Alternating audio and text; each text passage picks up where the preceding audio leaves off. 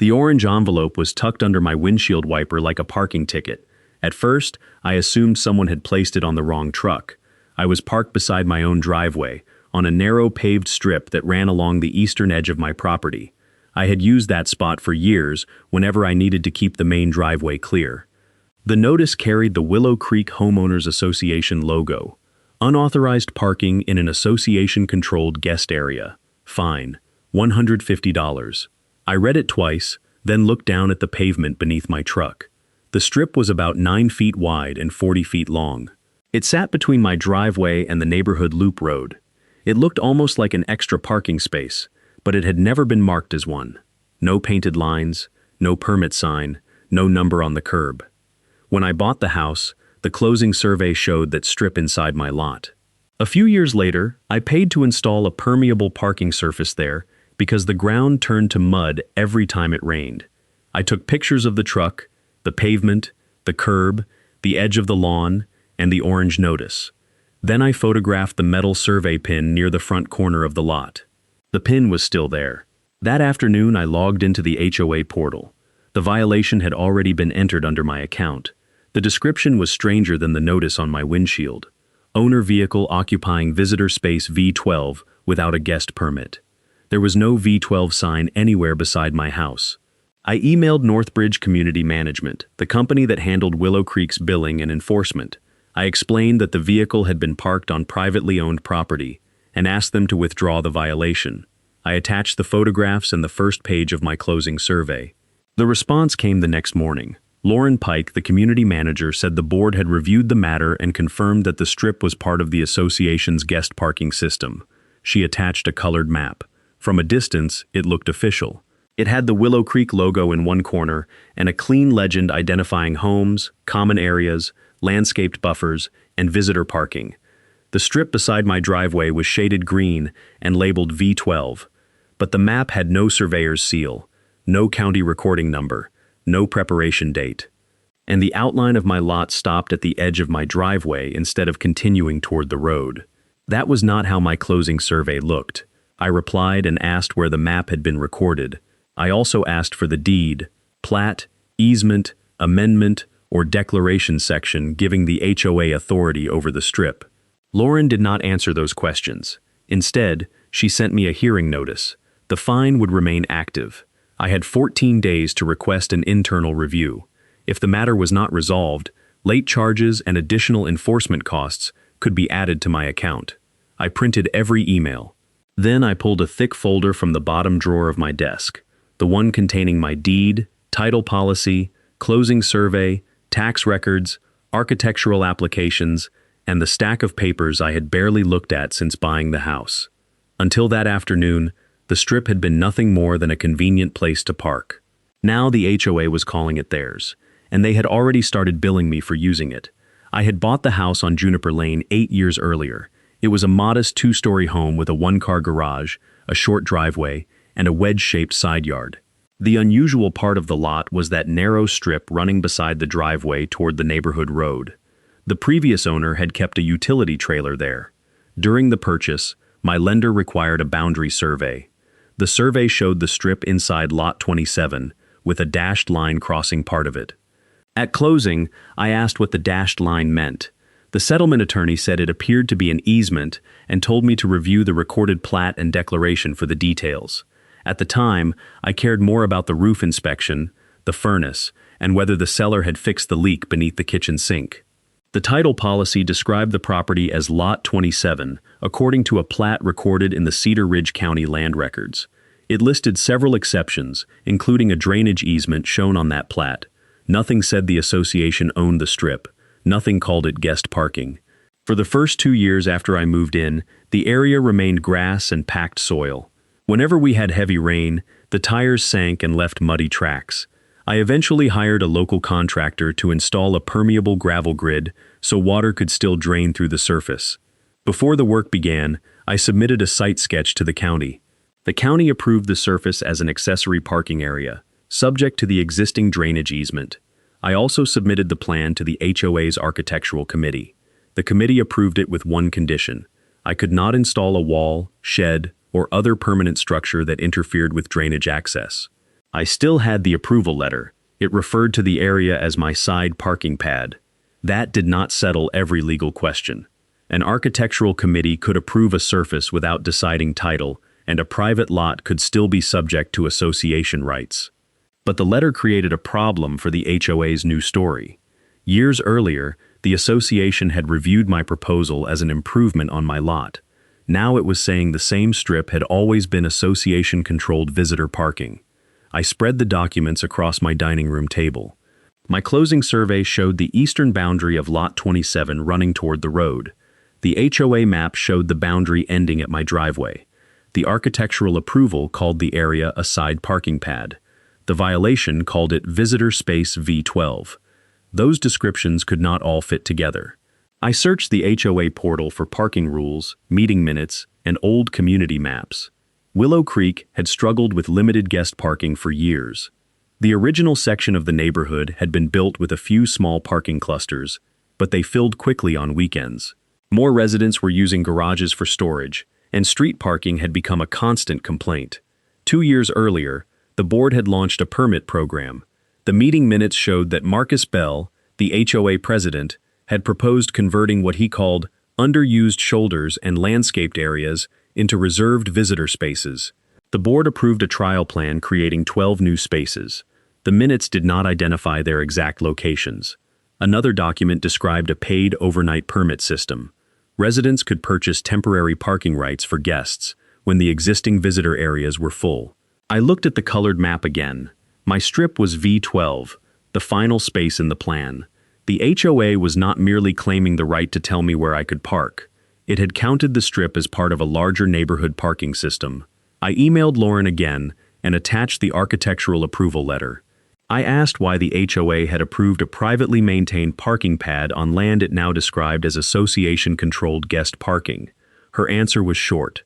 She said the approval concerned only the surface material and did not establish ownership. That was a careful response. It also avoided the question I had asked from the beginning. What document established the HOA's ownership or parking right? The violation hearing took place in the clubhouse on a Tuesday evening. Marcus Bell sat at the center of the board table. He was a real estate broker and had served as HOA president for 3 years. He spoke calmly, rarely raised his voice, and had a way of making a disputed conclusion sound like an administrative detail that had already been settled. Lauren sat beside him with a laptop open. I brought copies of my deed, closing survey, architectural approval, county permit, and the map she had emailed me. Marcus began by saying the hearing was not a court proceeding. The board's role, he said, was limited to determining whether the parking rule had been violated. I agreed. Then I said the rule could apply only if the HOA had authority over the place where my truck had been parked. Marcus answered that the strip had been treated as part of the neighborhood landscape since Willow Creek was built. He said the association had mowed the surrounding area, managed drainage through that corridor, and included the location in the community parking plan. I told him I had maintained the strip since buying the house.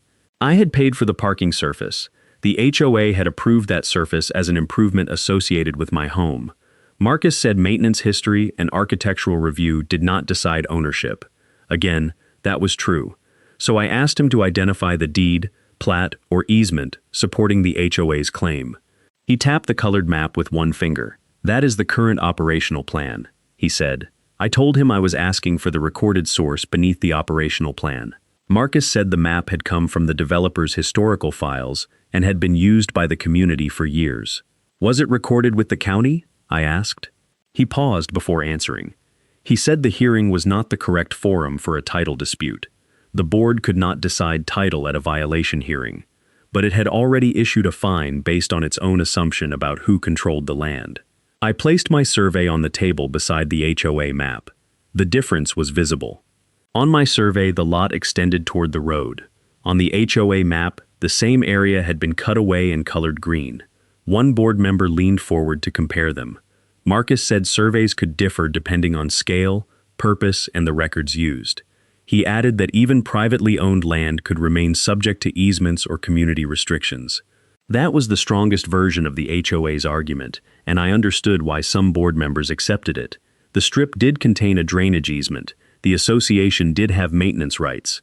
The declaration gave the board broad authority over common property and neighborhood operations. The real question was whether those powers extended far enough to create guest parking on part of an owner's lot.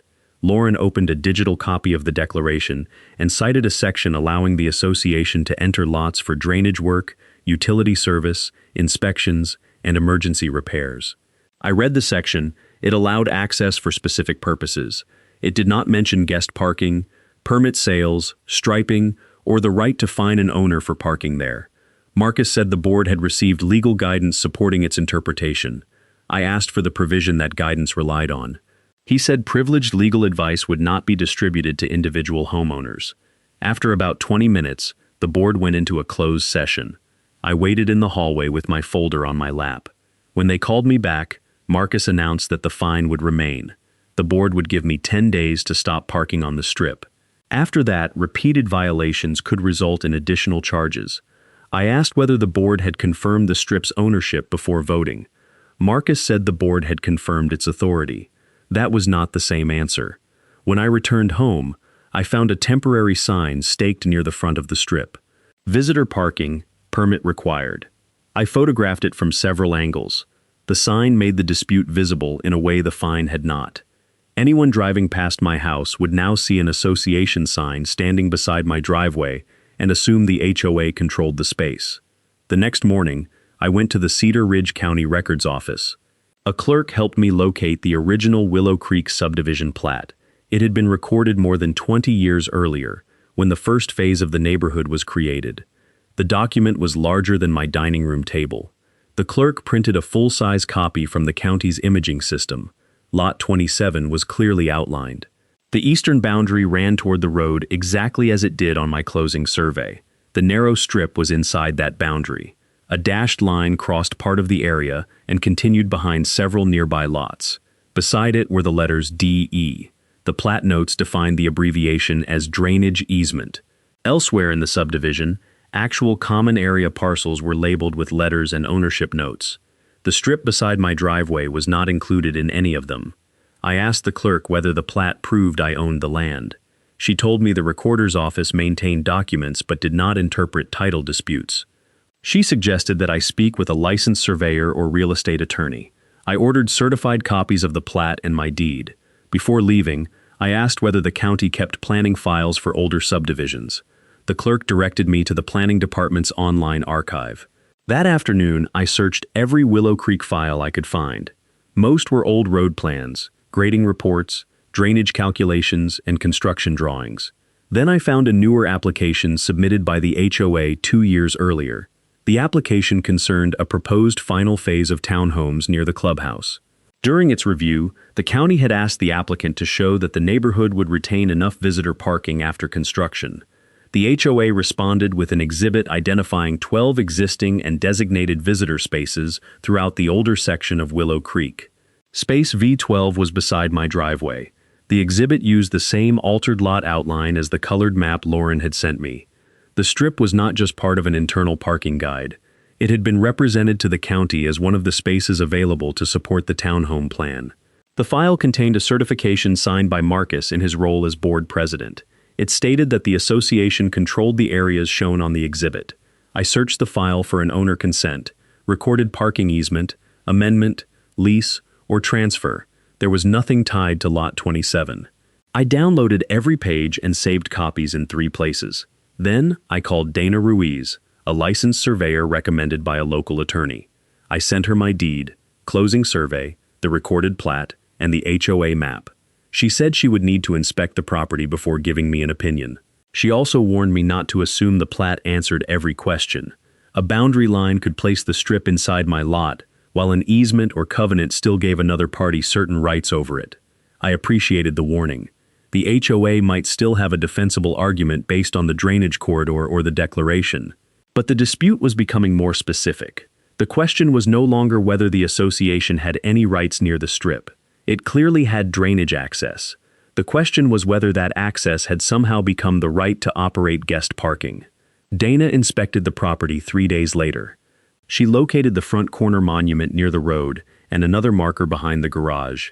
She checked neighboring boundaries, measured the recorded bearings and distances, and compared the field evidence with the subdivision plat. When she finished, She told me the strip fell within the record boundary of Lot 27. Her survey would show the drainage easement crossing part of it. She had not found any recorded document identifying the area as common property or association parking. She was careful not to overstate what her work proved. She could locate boundaries and easements shown in the land records. She could not decide every legal question about the scope of the HOA declaration. I hired Priya Shah, a real estate attorney, to review the documents. She ordered a title search covering Lot 27, the recorded common parcels, and easements granted to the association. While that work was underway, the board prepared to mark the strip. One morning, 2 workers arrived in a truck carrying paint equipment and metal signs. Their work order described the location as Association-Controlled Parking Area V12. I walked outside and handed the crew supervisor a written notice stating that I disputed the HOA's authority to perform work on the strip. I did not block the truck or touch the equipment. I told him the land was the subject of a documented ownership and easement dispute and asked the company not to proceed until its client produced proof of its right to enter. The supervisor called his office. A few minutes later, Marcus arrived. He stood near the curb while the workers waited beside their truck. He said the board had approved the markings and that preventing association contractors from doing authorized work could lead to another violation. I told him I was not preventing anyone from using the road or threatening the crew. I was giving formal notice that entry onto the strip was disputed. He said the HOA's counsel had confirmed the board's authority. I asked him again for the recorded source. He said the board's work order was sufficient for the contractor. The supervisor disagreed. He told Marcus his company would not paint a disputed area without written confirmation from its legal department or documentation showing that the customer controlled the property. The crew left. No police arrived. No one shouted. No one blocked anyone's access. But the encounter produced a useful record. The contractor's work order identified the strip as association-controlled parking even though the board had not shown the underlying right. Later that day, Marcus sent residents a community update. He said the parking expansion had been delayed because one owner was challenging long-established common area rights. He did not use my name, but everyone on Juniper Lane knew which area he meant. The message made it sound as though I were trying to take community property for myself. A neighbor asked why I was blocking visitor parking. Another said the board had promised more spaces before the new townhomes opened. The pressure was uncomfortable, but the email also confirmed something important. The board needed the strip for more than one violation case. Its broader parking plan depended on V12 remaining available. Priya completed her review the following week. The title search found no deed transferring the strip from Lot 27 to the association. It found no recorded parking easement. The declaration gave the HOA limited rights to enter privately owned lots for drainage, utilities, inspections, and emergency work. It also gave the association authority to regulate vehicles on common property and roads under its control. The documents did not clearly authorize the board to operate permit parking on privately owned portions of a lot. The HOA still had possible arguments. It could claim that the declaration should be read broadly, that long-standing maintenance supported operational control, or that the drainage corridor required consistent regulation. Priya did not promise that a judge would reject every one of those arguments, but she believed the board had not shown enough authority to continue fining me or turning the strip into V12. She prepared a formal notice to the HOA and Northbridge Community Management. The letter included my deed, the recorded plat, Dana's survey, the architectural approval, the contractor work order, the HOA's map, and the county parking exhibit. It did not accuse anyone of fraud. It described the conflict directly. The HOA had fined me for using land inside the surveyed boundary of Lot 27. The board had not identified a recorded parking easement or ownership interest. The drainage easement allowed access for drainage purposes, but the association had used the area as part of a permit parking plan and represented it to the county as controlled parking. Priya demanded that the board suspend enforcement, remove the temporary sign, stop contractor work, preserve all records related to V12, and correct my account. She also sent the notice to the county planning department because the disputed space had been included in a pending parking calculation. A county planner named Aaron Cole replied 2 days later. He made clear that the county would not decide private title or interpret the HOA declaration for us. but he confirmed that the parking exhibit had been used during review of the proposed townhome phase. Because the association's control of V12 was now disputed, the county requested additional documentation before continuing to count that space toward the project's required visitor parking. The townhome application was not denied. The parking calculation was simply left unresolved until the applicant produced a valid right to use the strip or revise the plan. That response changed the balance of the dispute. Until then, I had been trying to persuade the board to cancel a fine. Now the HOA had to support a property right that its development plan relied on. Marcus responded by scheduling a special meeting. The board proposed a rule stating that all parking areas shown on the association's current operational map would be subject to HOA parking control unless the board approved an exception. At the meeting, Marcus presented the conflict as a threat to neighborhood order. He said Willow Creek needed consistent parking enforcement and could not allow individual owners to undermine maps the community had relied on. Several residents agreed with him. Parking was a real problem. The new townhome phase had made people nervous, and some believed I was using a technicality to eliminate a space the neighborhood needed. Priya explained that I was not challenging the HOA's authority over its roads, common parcels, or recorded parking clusters. The dispute concerned one strip inside Lot 27. She placed the recorded plat beside the HOA map. The documents showed different boundaries. Marcus answered that operational control did not always depend on ownership. He said the association had maintained the drainage corridor, reviewed improvements there, and relied on developer records showing the area as part of the neighborhood plan. That argument was stronger than simply pointing to the colored map. It also had limits.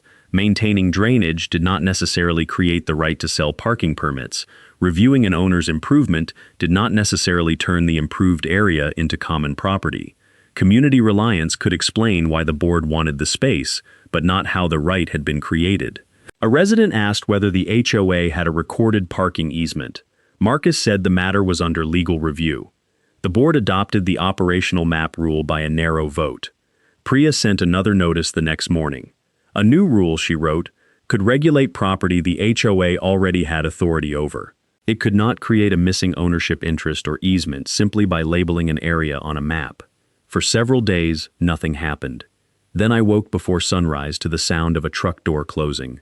Through the front window, I saw a contractor unloading a signpost and paint equipment. By the time I stepped outside, the crew had already marked the edge of the strip with chalk. I told the supervisor the property was disputed and that the HOA had received written notice. He showed me a work authorization stating that the area had been cleared by Marcus Bell under the new operational map rule. I called Priya. She told me to document the work, avoid confrontation, and repeat in writing that I did not consent. The contractor paused and called its office. Unlike the earlier company, this crew had been told that the rule resolved the dispute. After speaking with its manager, it continued. The workers painted 2 compact stall lines and installed a metal sign near the curb. V12. The entire job took less than half an hour. I did not pull out the sign or cover the paint. I photographed the work order, the truck, the sign, the markings, and the condition of the surface after the crew left. Priya contacted the management company's regional office and filed a civil complaint seeking a declaration of the parties' rights and temporary protection against further entry and enforcement. We did not ask a judge to settle every issue immediately. We asked the court to prevent the HOA from adding fines, sending more contractors, or using the strip as parking while the records were reviewed. At the temporary hearing, the HOA's attorney argued that the board had relied on the declaration, maintenance history, the developer map, and a newly adopted rule. He said the association believed the strip formed part of an operational drainage and parking corridor. Priya showed the deed, recorded plat, Dana's survey, the absence of a recorded parking easement, the contractor work order, and the county's request for proof of control. She also showed that the board had moved forward with the installation after receiving written notice that the right was disputed. The judge did not decide final ownership that day. The court temporarily suspended parking-related fines and prohibited the HOA from using or altering the strip until the dispute could be resolved.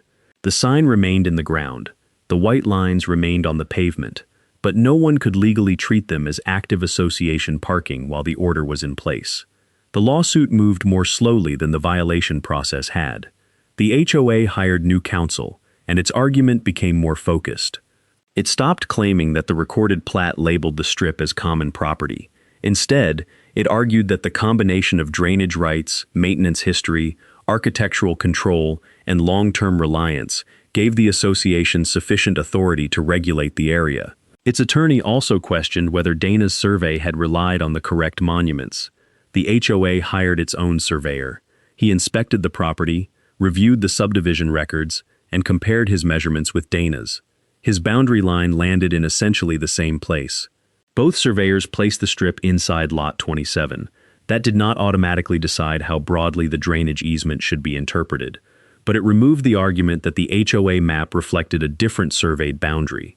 The association then focused almost entirely on the easement. Its attorney argued that the HOA needed the ability to control vehicles within the drainage corridor, so crews could maintain access and prevent obstruction. Priya answered that the board had not fined me for blocking drainage work. It had fined me for occupying a permit-controlled guest space. It had labeled the strip V12, included it in a paid parking program, painted stall lines, installed a visitor parking sign, and represented it to the county as part of the development's parking supply. Those were parking activities, not drainage maintenance. The records produced during the case explained how the problem had started. The base image used by the HOA came from an old developer landscaping plan. It was never recorded as a subdivision plat. The eastern boundary of Lot 27 appeared faintly beneath grading notes, plant symbols, and construction markings. Years later, a volunteer parking committee imported the image into a digital drawing program. The committee removed old notes, thickened the road lines, and added green shading for proposed visitor areas. During that process, the outer edge of Lot 27 disappeared beneath the new layer. The committee did not alter the county's recorded plat. It did not create a false deed. It simply built a parking map from a drawing that had never been intended to establish property rights.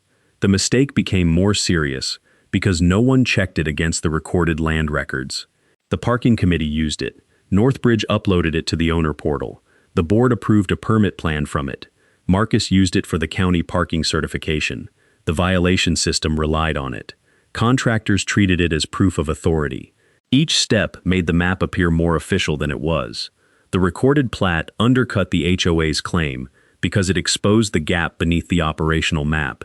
It showed the boundary of Lot 27, continuing through the area labeled V12. It showed a drainage easement, but not common ownership. And there was no recorded transfer explaining how the association had acquired a parking right over the strip.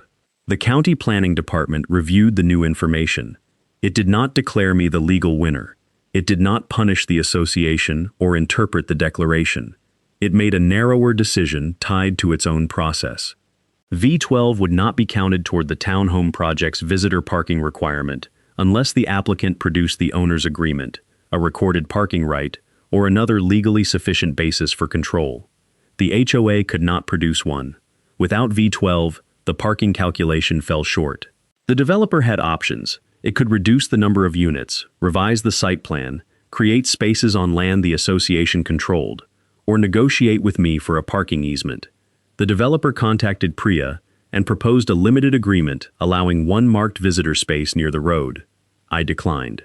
The strip gave me access beside the garage and allowed me to keep the main driveway open. I did not want a permanent community parking space a few feet from my house. The project team revised its plan. A landscaped island near the clubhouse was reduced, drainage calculations were updated, and additional spaces were placed on property the HOA actually owned. The project was delayed, but it was not destroyed. No homes were lost. No residents were threatened with eviction. No emergency route was blocked. The development simply had to solve its parking requirement without relying on my strip. That was the real reversal. The board had treated V12 as a free piece of its parking system. Once the recorded plat and the missing easement forced the county to stop counting it, the HOA's plan had to absorb the cost of using land it actually controlled. The lawsuit could still have continued to trial. By then, however, the major evidence was no longer seriously disputed. My deed included the strip within Lot 27.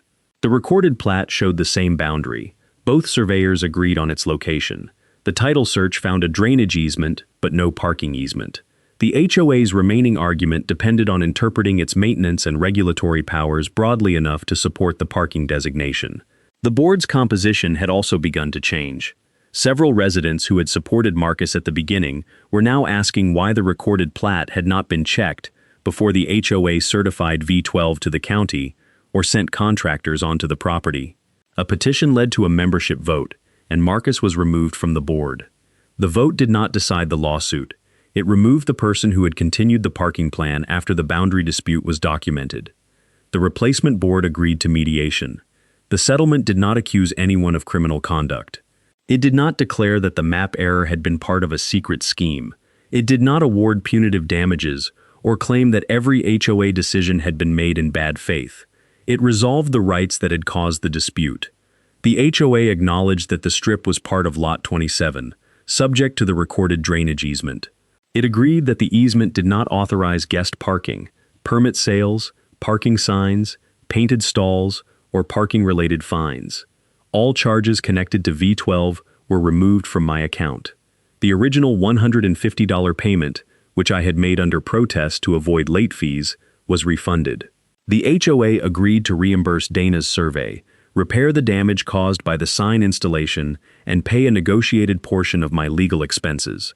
The owner portal map had to be replaced with a corrected version tied to the recorded subdivision plat. The county received a revised parking exhibit with V12 removed.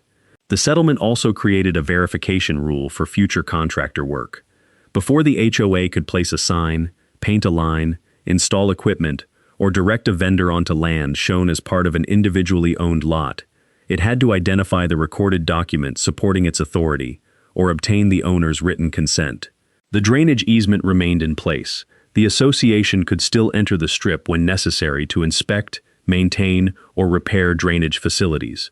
Winning the parking dispute did not erase a legitimate access right. It separated that right from the parking authority the board had tried to attach to it. A week after the settlement became effective, a contractor arrived to remove the sign. This time, the work order identified me as the owner and required the crew to coordinate access. They cut the post at the base, removed the concrete footing, and repaired the damaged section of the permeable grid. Another crew treated the white paint. The lines did not disappear immediately, but they faded until the strip no longer looked like an official parking stall. The number V12 took the longest to remove. For several days, a pale outline remained near the curb. The corrected map appeared in the HOA portal the following month. Lot 27 extended to the boundary shown on the recorded plat. The strip was no longer shaded green. A note identified the drainage easement without calling the area common property or visitor parking. The new board also reviewed the maps used by maintenance crews and vendors. They found two smaller discrepancies before either one turned into another enforcement dispute. From then on, Willow Creek kept separate records for separate purposes. The recorded plat showed subdivision boundaries and easements. Engineering plans guided drainage work. Vendor maps helped crews find equipment. Parking exhibits had to be supported by an actual property right. A colorful operational map could no longer create authority simply because it had been copied into enough files. The first time I parked on the strip after the settlement, I hesitated. The sign was gone. The paint had faded. The damaged grid had been repaired. Still, I stopped the truck halfway into the space and looked toward the clubhouse. For months, parking there had triggered photographs, notices, hearings, charges, contractor visits, and a lawsuit. I backed up, straightened the wheel, and parked where I had parked for years before anyone called the strip V12. Then I went inside. No orange envelope appeared beneath the windshield wiper. No violation entered the portal. No contractor returned with another sign. By the next morning, the windshield was still empty.